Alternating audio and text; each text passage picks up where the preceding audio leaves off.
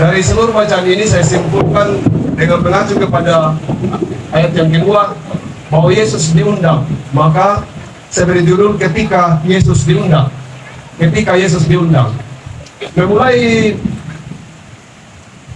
khotbah pengucapan syukur ini, saya bertanya dulu sama Asri dan Esti.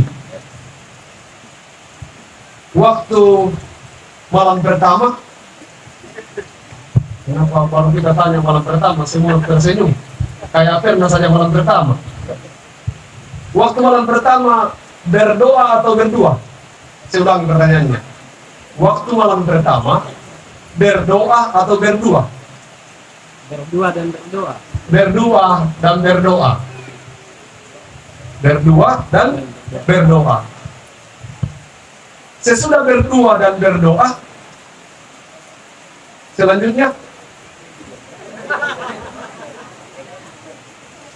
Kami. apa? Rahasia kami. Rahasia kami. Oh, saya kira pingsan. Keluarga dan jemaat yang dikasihi Tuhan. Dulu waktu saya menikah tanggal 7 bulan 7 2007, hari ke-7. Di undangan saya pun untuk muda-mudi saya tulis jam 7 malam. Jadi semuanya serba 7. Dan itu nyata. Undangan dibuat sendiri dari tanggal 7 bulan 7 2007, hari ke-7. Sebenarnya di jemaat Pokang itu masih bisa digeser jam ibadahnya ke jam 7, masih saya geser, tapi temani harus jam 9. Karena kita berpikir pada saat membuat undangan perkawinan itu mencoba mengundang Yesus. Mencoba mengundang Yesus. Pernah? Ada yang pernah berpikir pada saat mau menikah itu mencoba mengundang Yesus? Pasti di luar santunya kira-kira kepada yang terhormat tidak cocok. Kepada yang kekasih tidak cocok. Atau kira-kira apa? Apalagi kalau ditulis dan nyonya. Yes, kepada yang terhormat Yesus dan nyonya, pasti lebih salah lagi. Itu baru sampulnya saja sudah sulit untuk memulai mengirim undangan kepada Yesus. Lalu kemudian isinya, dalam isinya itu ada beberapa poin. Jelas dia adalah anak Maria dan Yusuf. Toh? Jadi pasti yang di situ turut mengundang. Yang mengundang Maria apa?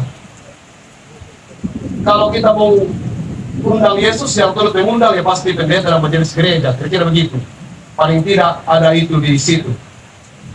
Waktu dan tempatnya pasti masih penuh dengan pergumulan-pergumulan. Oke lah, anggaplah bahwa ternyata ada orang yang bisa mengundang Yesus dengan konsep undangan yang jelas, lalu katakan datang di hatiku pada tanggal sekian karena saya mau menikah. Tapi yang persoalan siapa yang mau mengantar itu undangan?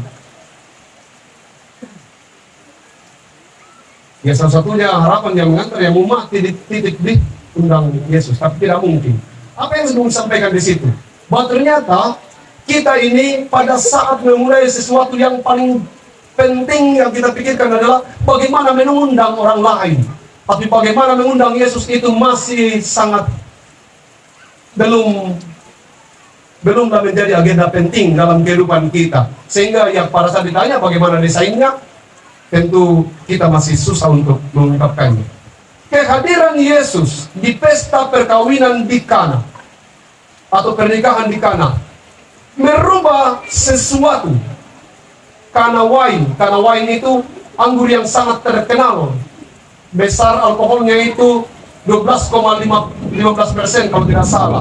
Itu sangat terkenal, sangat memabukkan. Sampai sekarang itu masih sangat terkenal mahalnya. Apakah kehadiran Yesus dengan membuat air menjadi anggur adalah bagian dari proses untuk memabukkan peserta pesta? Tidak. Bacaan kita dengan jelas mengatakan sesudah proses terjadi bahwa mereka dipuaskan, bukan dimabukkan. Di situ perbedaannya. Ada pertanyaan-pertanyaan semua dengan itu. Kok Yesus bikin air jadi anggur lalu kemudian pasti pesta waktu itu semua orang mabuk? Alkitab begitu jelas mengatakan sesudah orang meminumnya mereka dipuaskan, bukan dimabukkan. Di tempat-tempat lain ya bukan dipuaskan tapi ditelerkan sampai lupa istrinya dan istri orang lain.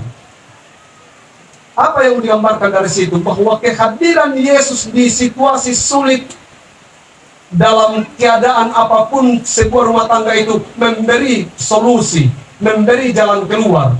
Anggur itu, tradisi Yahudi adalah dalam pesta perkawinan itu laki-laki dan perempuan minum dari satu gelas yang sama, gelas yang sudah diucapkan berkat dan ucapan pertolongan Tuhan ada di dalam anggur itu diminum bersama sebagai simbol ikatan perjanjian. Makanya biasa kalau kita lihat orang minum itu sedikit dia minum tapi dikasih bau sentuh gelas dia toh bersulang. Kalau di Cina itu tanda bahwa kita bersahabat, membangun hubungan baik itu sebagai keluarga maupun hubungan sebagai sahabat. Nah itu yang terjadi, sehingga proses mengubah air menjadi anggur itu adalah proses tanda kemurahan Tuhan, tanda bahwa Tuhan hadir di dalam keluarga. Nah, kembali ke pertanyaan tadi, berdua atau berdoa. Tidak banyak pengantin di malam pertama berdoa. Silakan kita tanya yang sudah pernah, ya kalau sekarang mungkin dia bilang kami berdoa juga, tapi paling tidak pusing mau masuk dari pintu yang mana, mau mulai dari sudut yang mana, mau bikin apa.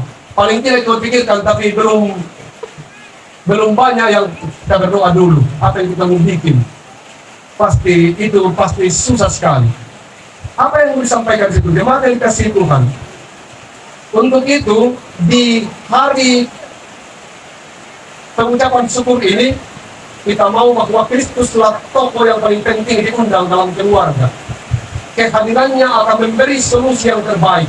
Setiap pergumulan sampaikan kepada Kristus, maka dia akan memberi jaminan di dalam keluarga.